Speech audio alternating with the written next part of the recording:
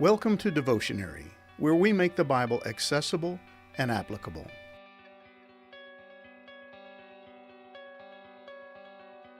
What's your normal response to anyone who tries to hurt you?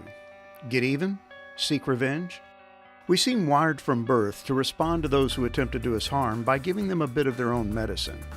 And when we read 2 Samuel 1, verses 17 through 27, we're a bit surprised to see David crying over the news of Saul's death. And no, they weren't tears of joy. He was legitimately upset that his former king and mentor was dead. Even after all Saul had done to him, David mourned his death and even composed a song about him. There's a great deal we can learn from the response of this young man. He had every right to be angry with Saul, and it would only seem natural if he had exhibited a bit of joyful relief at this man's death. But to the end, David showed Saul respect, continuing to view him as the Lord's anointed, even in death. Keep in mind, David was not the king, yet. He still remained a faithful Jew, even though he was currently residing in Philistine territory. And he saw the death of Saul as a blow to the kingdom and the sad loss of someone he had loved like a father.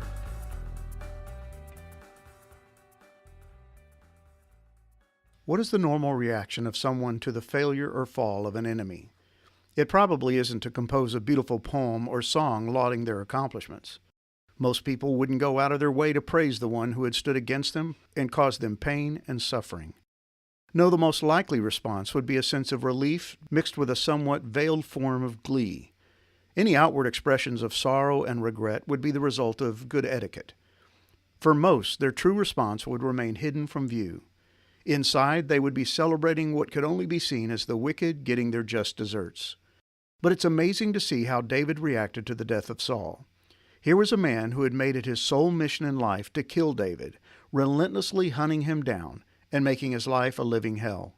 2 different times David had spared the life of Saul, receiving Saul's word that he would no longer pursue him. But those words proved empty, and Saul's promises unreliable. He continued to treat David with contempt and took every opportunity to bring about his death. But when David heard that Saul was dead, he didn't rejoice. There were no expressions of relief or prayers of thanksgiving to God for having delivered him from his enemy. No, David mourned. Now, it would be easy to say that most of David's sorrow was directed at his friend Jonathan, the son of Saul, who was also killed on the field of battle that day. But this lament won't allow us to draw that conclusion. David goes out of his way to express his sorrow over the death of Saul, the very one who had, on 2 different occasions, tried to kill David with his own hands. He even praised the life of the one who had sought his death. For there the shield of the mighty heroes was defiled. The shield of Saul will no longer be anointed with oil. 2 Samuel 1, verse 21. The bow of Jonathan was powerful, and the sword of Saul did its mighty work. They shed the blood of their enemies and pierced the bodies of mighty heroes. 2 Samuel 1, verse 22. How beloved and gracious were Saul and Jonathan. 2 Samuel 1, verse 23. O women of Israel, weep for Saul. 2 Samuel 1, verse 24. This lament reveals a great deal about David. It wasn't that David was above seeking vengeance or wishing ill will on those who proved to be his enemies. We can see in Psalm 28 that David had the capacity for calling down the wrath of God on his enemies. Do not drag me away with the wicked, with those who do evil, those who speak friendly words to their neighbors while planning evil in their hearts. Give them the punishment they so richly deserve. Measure it out in proportion to their wickedness. Pay them back for all their evil deeds. Give them a taste of what they have done to others. They care nothing for what the Lord has done, or for what his hands have made. So he will tear them down, and they will never be rebuilt. Psalm 28, verses 3 through 5. But throughout his ongoing conflict with Saul, David viewed him as the Lord's anointed. He was the king of Israel, appointed by God and therefore worthy of honor and respect. To attack Saul would have been to attack God. To dishonor the king would be to show disrespect to the one who had placed him on the throne in the first place. But there is more here than just a respect for a position. David legitimately loved Saul. He saw him as a father figure. When David had the first opportunity to take Saul's life, he referred to him as Father, assuring him, "May the Lord judge between me and you. May the Lord avenge me against you, but my hand shall not be against you." 1 Samuel 24, verse 12.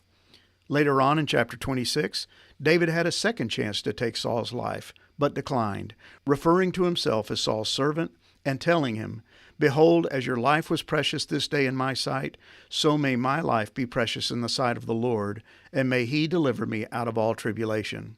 1 Samuel 26, verse 24. David had served in Saul's court. He had been Saul's armor-bearer. He had been at Saul's side in battle and even in the throne room when Saul did battle with an evil spirit. David would play his lyre to calm Saul's troubled mind. As a result, Saul had treated David like a son. He had even allowed David to marry his daughter. And David experienced no joy at Saul's death. His heart was broken. The king was dead. His best friend Jonathan was gone. The armies of Israel had been defeated. The kingdom was demoralized, and the pagan Philistines were celebrating their victory over the God of Israel. David had no cause for joy. He had no reason to gloat or celebrate the demise of his former pursuer. He had learned to see things from God's perspective, and there was no joy in heaven. God was not celebrating the death of Saul and the fall of Israel to the Philistines. God finds no joy in the fall or failure of his people, so why should we? In fact, the Scriptures make it clear that God does not rejoice in the death of the wicked. "Do you think that I like to see wicked people die?" says the sovereign Lord. "Of course not. I want them to turn from their wicked ways and live." Ezekiel 18, verse 23. "For I have no pleasure in the death of anyone, declares the Lord God. So turn and live." Ezekiel 18, verse 32. "As surely as I live, says the sovereign God, I take no pleasure in the death of wicked people. I only want them to turn from their wicked ways so they can live. Turn from your wickedness, O people of Israel. Why should you die?" Ezekiel 33, verse 11. David was a man after God's own heart. If that phrase means anything, it means that David shared God's compassion and concern for his people. David may not have liked what Saul had done to him. He may not have enjoyed the suffering he had to endure at the hands of Saul, but he still viewed Saul as the king of Israel and as a son of God. Saul's death brought David no pleasure because he knew it brought no pleasure to God. So he mourned, he wept, he lamented, and he celebrated, not his victory over Saul, but the life and legacy of Saul. He honored the man who had dishonored him. David offered praise for the life of the man who had offered rewards to anyone who would take the life of David. Not exactly a normal response, but it was a godly response. Jesus himself provided us with the godly response to wickedness in our lives. And even now, it goes against the grain. It pushes against our normal predisposition. But it provides us with the godly reaction to ungodliness and the righteous response to unrighteousness.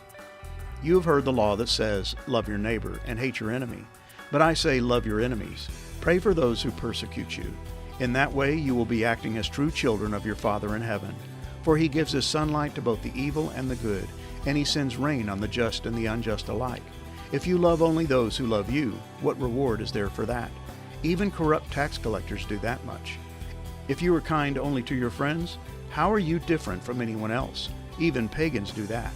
But you are to be perfect, even as your Father in heaven is perfect. Matthew 5, verses 42 through 48.